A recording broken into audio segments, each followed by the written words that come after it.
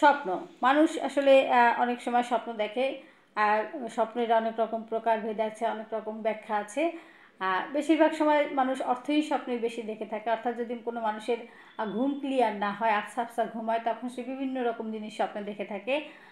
এগুলো অর্থহীন, কিন্তু মিনিংফুল স্বপ্ন কিন্তু আলাদা। আপনি ডিপ ঘুমে কোনো স্বপ্ন দেখেছেন এবং স্বপ্নের প্রভাবটা আপনার উপরে ঘুম থেকে জেগে ওঠার পরও আপনার মনে হচ্ছে যে আপনি সেই স্বপ্নের মধ্যেই আছেন, এগুলো হচ্ছে মিনিংফুল স্বপ্ন।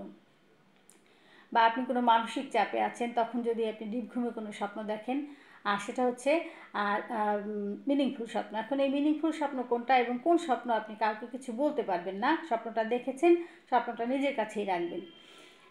যেমন নেগেটিভ কোনো কিছু নিয়ে আসলে আমরা খুব একটা আলোচনা করতে চাই না, তাহলে ব্যক্তির মনোবল নষ্ট হয়ে যায়।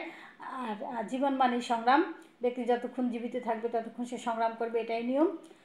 তো সেক্ষেত্রে নেগেটিভ কোনো কিছু আমি বলবো না। যে স্বপ্নগুলো ভালো আর যে স্বপ্নগুলো আপনার কাউকে বলা উচিত না, আমি মূলত সেই বিষয়গুলো নিয়ে একটু আলোচনা করব। আপনি যদি কোনো স্বপ্নে যদি দেখে থাকেন কোনো পরমাত্মা, অর্থাৎ দরবেশ, আউলিয়া, সাধু, সন্ন্যাসী, এরকম কোনো ব্যক্তিকে যদি স্বপ্ন দেখে থাকেন, অথবা কোনো দেবদেবীকে যদি আপনি স্বপ্ন দেখে থাকেন, তাহলে আপনি এই স্বপ্নটার কথা কাউকে বলবেন না। কেন বলবেন না? এটা আপনার সুদিন আসার একটা সংকেত। আপনি একটা ভালো সময়ের মধ্যে থেকে যাবেন, এই জন্য এই স্বপ্নটা কাউকে আপনি বলবেন না। যদি আপনি স্বপ্নে নিজেকে মৃত দেখেন, অর্থাৎ নিজে মারা গেছেন, এরকম কোনো স্বপ্ন দেখেন বা কোনো প্রতিবেশীর মৃত্যু দেখেছেন, তাহলে ঘাবড়াবেন না। এটাও কিন্তু আপনার কোনো না কোনোভাবে সফলতার স্বপ্ন।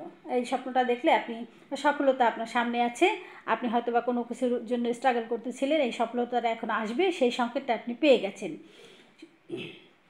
স্বপ্নে যদি আপনি সাপ দেখে থাকেন, আর ক্রমাগত সাপ স্বপ্ন দেখছেন, সাপই শুধু স্বপ্ন দেখেন, সেটা কিন্তু আবার আলাদা ব্যাখ্যা।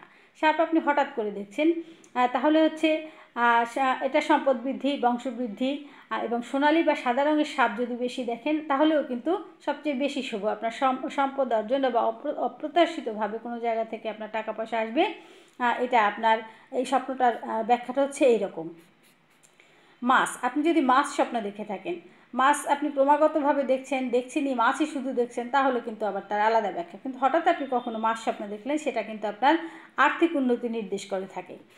তারপর আপনি যদি আংটি পরতে দেখেন, নিজে পরছেন অথবা কাউকে পরিয়ে দিচ্ছেন, এটা কিন্তু আপনার অগ্রগতির স্বপ্ন, সেটাও কিন্তু আপনি কাউকে বলবেন না। আপনার সামনে একটা অগ্রগতিময় সময় আপনি পার করবেন। আপনি যদি দেখেন জ্বলন্ত প্রদীপ, জ্বলন্ত মোম বা মোম জ্বালাচ্ছেন আপনি, এটাও কিন্তু আপনি কাউকে বলবেন না। এটা হচ্ছে আপনার বংশবৃদ্ধির লক্ষণ, অথবা সম্পদ অর্জনের লক্ষণ, অথবা সন্তান সাফল্যের লক্ষণ। কাউকে যদি আপনি লাল শাড়ি পরে নাচ করতে দেখেন, এটা কিন্তু খুব ভালো স্বপ্ন। এখানেও কিন্তু আপনার ভবিষ্যতে সুসময় নির্দেশ করে, আপনার সুসময় আসছে।